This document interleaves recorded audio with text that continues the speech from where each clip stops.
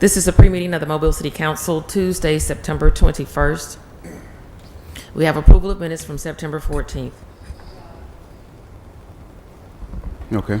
Appeals, we have requests for waiver of the noise ordinance on October the 30th from 3 p.m. until 10 p.m. on St. Stephen's Road. Fine. Presentation of petitions and other communications to the council. Ms. Antone regarding the CIP program. Ms. Regina Alexander. And this is regarding the nonprofit that she has that she wants to present information on GED and job readiness. And Reggie Hill regarding agenda items 64026, zoning 02033, organizational chart 31767, American Rescue Plan 08790 and 08792 vehicles. Okay. Madam Clerk, Yes, sir. I just want to make a pause in this particular meeting. Our mayor going to have to leave out around about 10 o'clock a.m. and this pre-meeting might go beyond 10 o'clock a.m. We do know that we have our absent in this chamber this morning, and a very good friend and colleague to many of us in this room that's going to be greatly missed. The council will make remarks during the moment of silence in our 10:30 meeting, but just want to give the mayor an opportunity just to speak on the late Reverend Levon Manzi, our colleague, our president of this council, and just going to give the mayor just a few minutes this morning. Mr. Mayor. Thank you, Councilman Vice President. In my mind's eye, I visualize a picture that was taken 8 years ago after being sworn in as the mayor and the city council. They were all present. Seeing Levon standing there so erect and such a big smile on his face. And I think of the ensuing years and the things that had gone on, not just in the city council business and the business of the city, but in his personal life. Yesterday I had an opportunity to listen to his mom talk about their life, really over probably the last 30 years. You know, I think you all know at the age of 13 he found out that he had a disease that was led to renal or kidney failure. And because of the contribution of 2 kidneys over a period of time from family members, they were able to, sustain Levon's life longer than would have been had they not had those transplants. And so with most people that have renal failure or they have those situations, it takes a toll on their entire body. But his family really, part of their mission in life was to keep Levon alive so that he could fulfill his dream. And his dream was to sit where he was sitting as the council president, and possibly in the future even more than that. And so we have to all be inspired, especially when we look at our young children and we hear them make comments about one day I would like to be. Okay? Well, I think Levon ultimately got to be what he wanted to be, but it was not without the love and support of a very close-knit family. I think that as we look back and as history is written, I hope that they'll talk about Levon being a peacemaker and being a unifier. He didn't like controversy. He, being a pastor, he recognized that there's a blessing in unity. And so he was, I think, always looking for that blessing, thinking the council would be blessed, that the city would be blessed, and that he would be blessed, as that peacemaker. So we, the council and the mayor and the city of Mobile, will genuinely miss Levon Manzi. And so I hope that that when you have the opportunity to maybe meet some of the family, that you approach them with a different understanding of what they've really done to help him fulfill that dream. And hopefully it'll inspire you to reach out to your loved ones and, help them fulfill their dreams, and even some that you don't know. But it is with a great deal of sadness, I think, that the council and I sit here today with heavy hearts. But as we go forward, we'll be ever mindful of the contribution that he made. So thank you, Council Vice President. Thank you, Mr. Mayor. Ms. Lambert. Ordinance is held over. 64026, ordinance to amend and restate Chapter 64 of the City Code zoning. Mr. President, Ms. Days. I've been reviewing some of these materials, and as everyone knows, we have a committee of the whole meeting next week on Tuesday afternoon to hear from Ms. Cochran and Ms. Biko and others with respect to the current iteration that's before us. My suggestion would be that we hold this matter over again, and that instead of having a meeting of the committee as a whole, that we call that be a called special meeting at that time, so that if after hearing from these various parties and discussing it amongst ourselves, we feel that amendments to what's before us are in order, we would be in a position to go ahead and act on those amendments. Any other council meeting? Ms. Rich. I have a question. Okay, I'm following the train of thought about having a called special meeting as opposed to a committee of the whole for our meeting that was scheduled and advertised for next Tuesday. Do I have that correct? That's what you want to change that into a special meeting? Yes, that change that committee as a whole meeting to a special meeting of the council. Okay, and we're going to call a public hearing on October, what was that date, the 16th? Is that what we have down? 19th. The 19th, I'm sorry, thank you. Is that in order? You want to make these amendments publicly so that what is advertised for the 19th, I mean, we took it off the agenda to call for the meeting, but obviously we're going to call for it today, correct?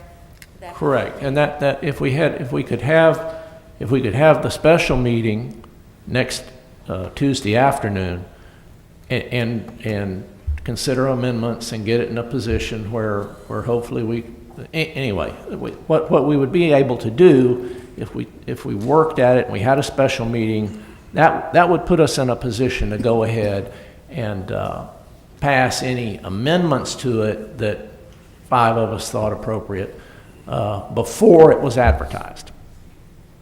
So prior to the 19th is what you're saying? Prior to the 19th, which is your call for the public hearing. Right, but we got to advertise it before that. We got to advertise, what is it, Mr. Arledge? 3 consecutive. Yes. 3 weeks prior to that. So if we could review the current iteration next week at a special meeting of the council, we could hear from these various people. Afterwards, we could discuss it and pass any amendments that we might feel appropriate. Get it into a form that could then be advertised so that we would be in a position to have the public hearing on the 19th of October.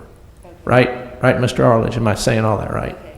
So in other words, you're staying with the same calendar. That's what I was trying to get. That's right, staying with the same calendar. And 026 and 41-800 will stay together as companions, essentially. The call, both this vote and the call for public hearing, both will wait until the 28th. Am I correct in saying that as well?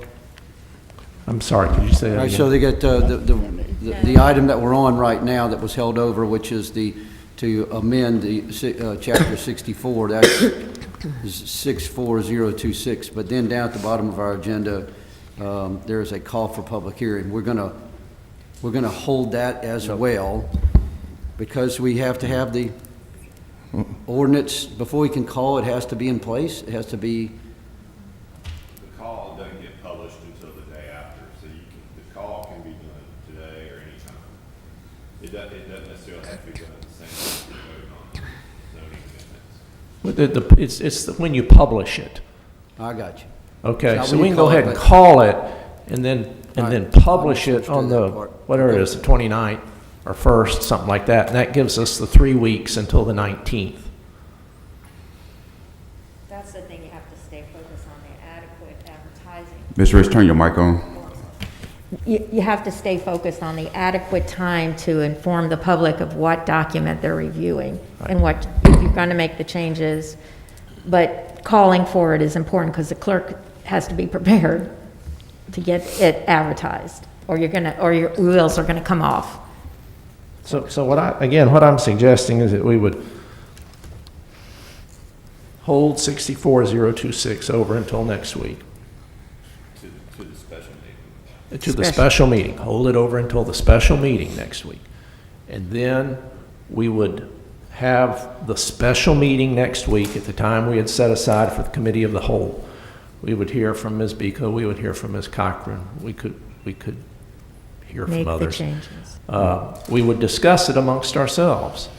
We would see if there were any amendments offered, and if so, if those amendments were adopted. And then we would have the ordinance in a position where it could go ahead and be advertised on I think we got a day or so afterwards in order to, on the 29th or the 30th.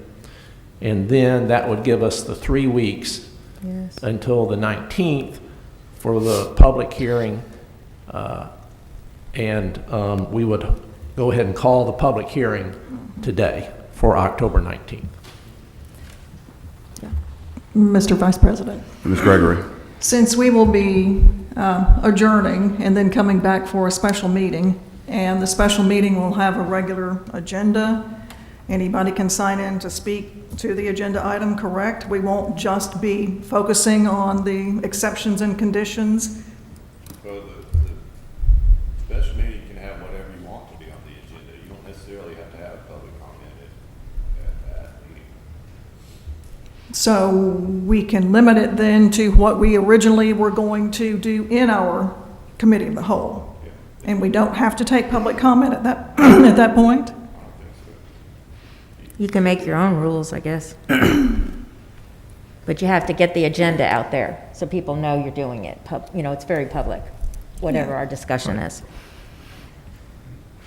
Okay, You finished, Ms. Gregory? Yes, that's fine. Okay. Anything else, council? got it. Okay, are we agreed that we're going to change that committee of the whole meeting to a special called meeting? Yeah. Yes. Yes. Okay. Thank you, Mr. Vice President.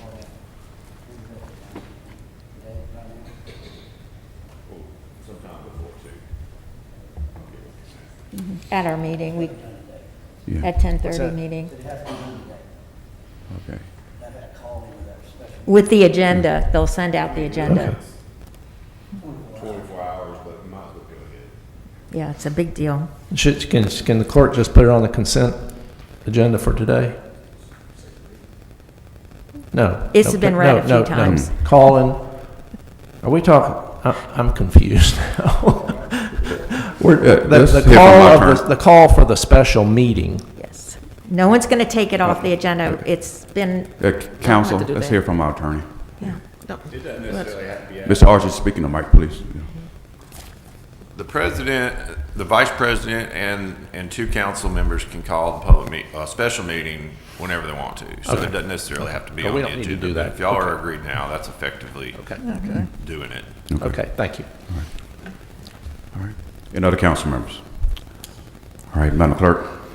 64032 rezone property located at 2820 Spring Hill Avenue, north side of Spring Hill Avenue, extending from Burton Avenue to Hosfeld Lane, from B2 and B3 to B3. You good, Mr. Richardson? No problem. Okay.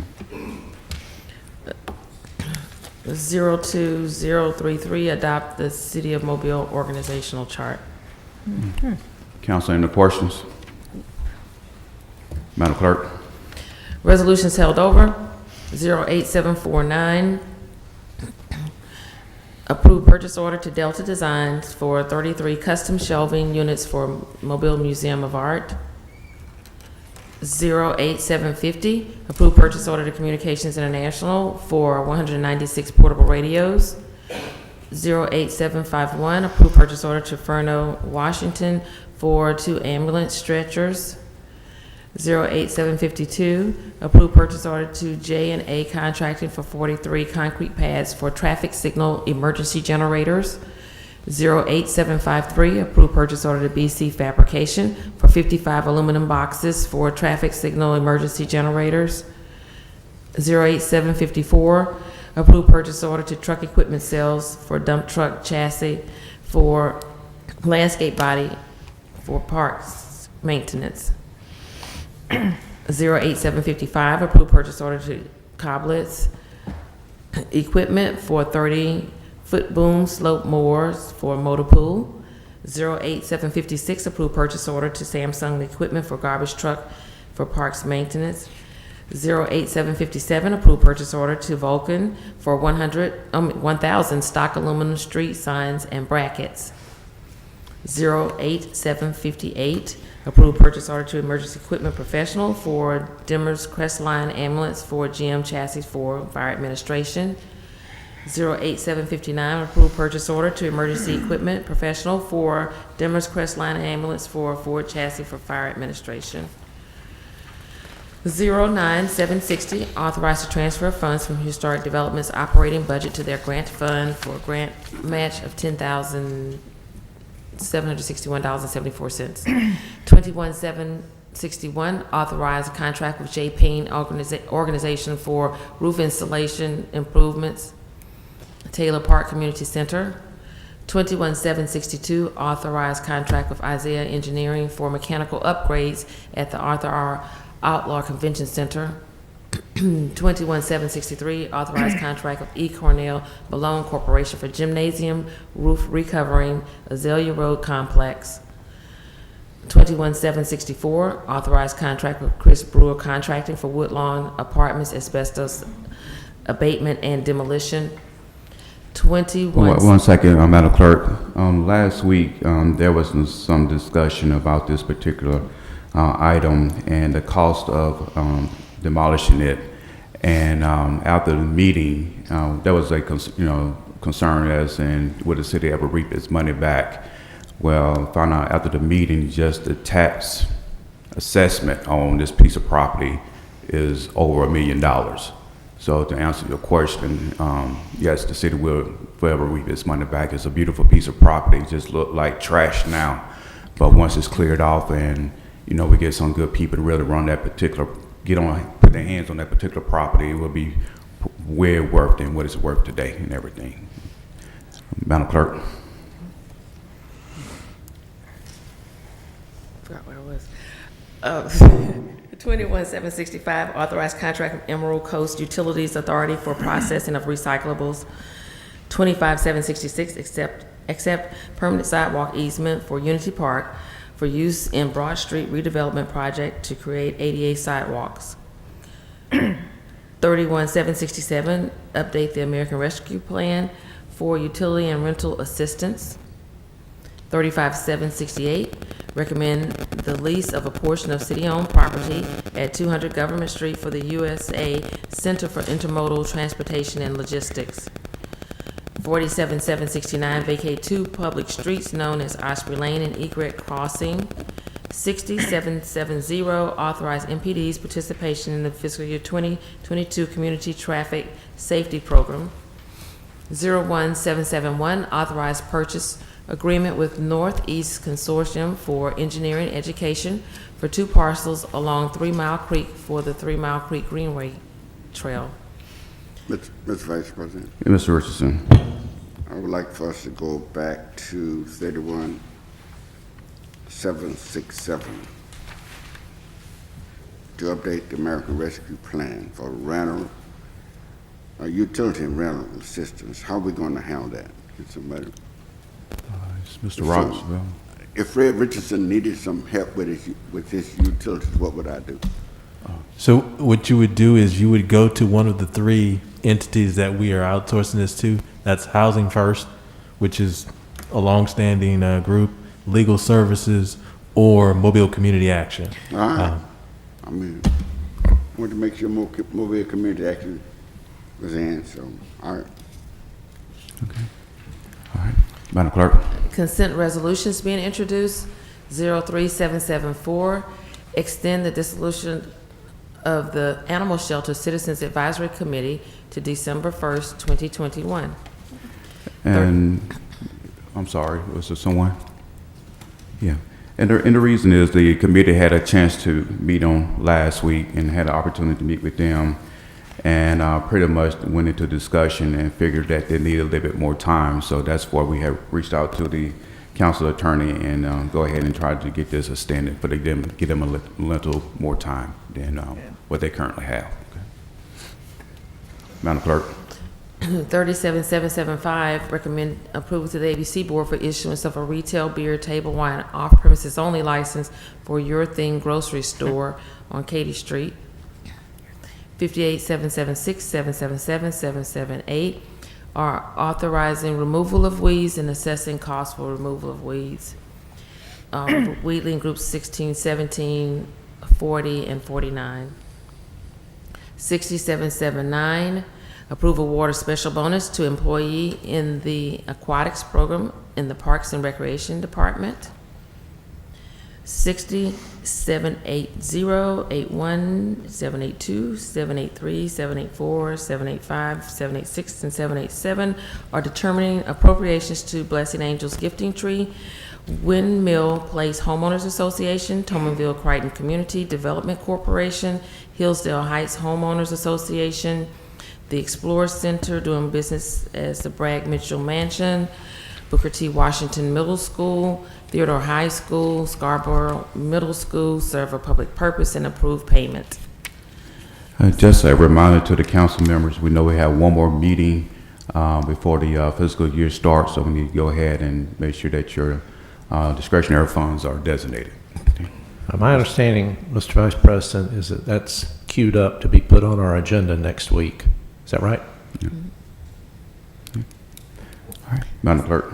CIP resolutions being introduced, 21788, authorized contract with Neil Schaefer for Trinity Gardens Area 2018 street and drainage improvements. Let the church say amen. Resolutions being introduced, 08789, approved purchase order to Tractor and Equipment Company for 2020 wheel loader for the motor pool, $155,000. 08790, approved purchase order to UJ Chevrolet for 2 Chevrolet Silverados and 1 Chevrolet Colorado pickup trucks, $94,619.50. 08791, approved purchase order for firefighter rehabilitation and command truck, $378,699. 08792, approve item-based bid for upfitting of MPD vehicles. 08793, approved purchase order to Deere & Company for 2 zero-turn mowers, $58,372.24. 21794, authorized contract of Harris Contracting for improvements at Trinity Gardens Park, $700,277. 21795, authorized contract of McElhaney Construction Company for Trinity Gardens Area 2018 street and drainage improvements, $780,277.25. 21796, authorized contract amendment with McCrory and Williams for engineering services, 2018 PAYGO, McGregor Avenue, reconstruction from O'Shell Road to Spring Hill Avenue, $58,000. 21797, authorized contract with Dortch Figures and Sons for hurricane damaged roof repairs, Arthur R. Outlaw Convention Center, $99,000. 21798, authorized contract with Clean Earth of Alabama, Inc. for household hazardous waste collection event support services, $150,000 per year. 21799, authorized performance contract with Friends of Magnolia Cemetery, $246,082 per year. Call for public hearings, 41800, call for public hearing to consider an ordinance to amend and restate Chapter 64 zoning of the Mobile City Code, scheduled October 19th. 41801, call for public hearing to rezone property located at 1490 Telegraph Road from R1 to I2, scheduled October 19th. 41802, call for public hearing to consider approval of a certificate of public convenience and necessity to Corey Brown doing business as Let's Ride Taxi Service scheduled October 6th.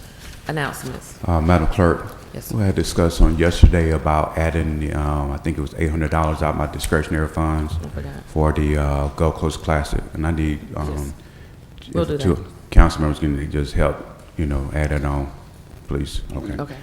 Anything from the council? Anything from the administration? If not, we'll see each other at 10:30.